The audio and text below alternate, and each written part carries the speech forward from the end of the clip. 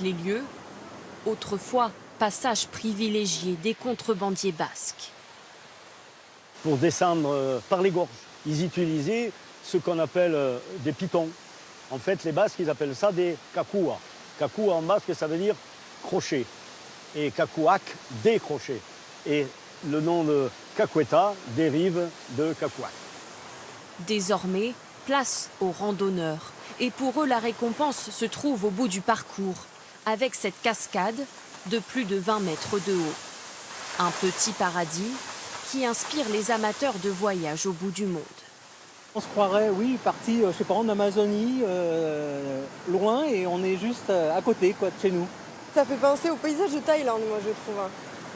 C'est assez dépaysant avec l'eau, le bruit, etc. C'est calme, c'est apaisant.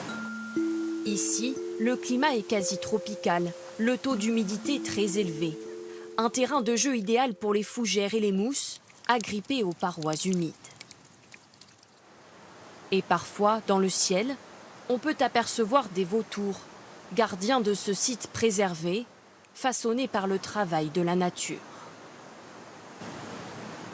L'eau des gorges, l'une des 14 rivières souterraines qui circulent dans ce massif calcaire.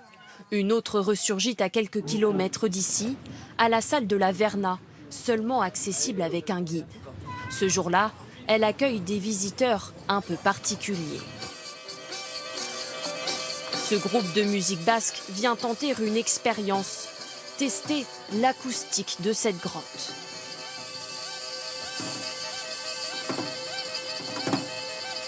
La voix et le son ne portent pas loin.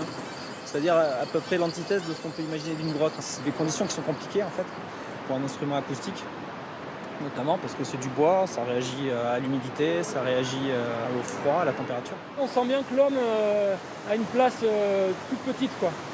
Et comme quand on est confronté à des grands éléments naturels comme ça, on retrouve notre place d'homme. Découverte en 1953, cette cavité naturelle est la plus grande d'Europe. Seuls ces mannequins à taille humaine donnent une idée de la grandeur des lieux.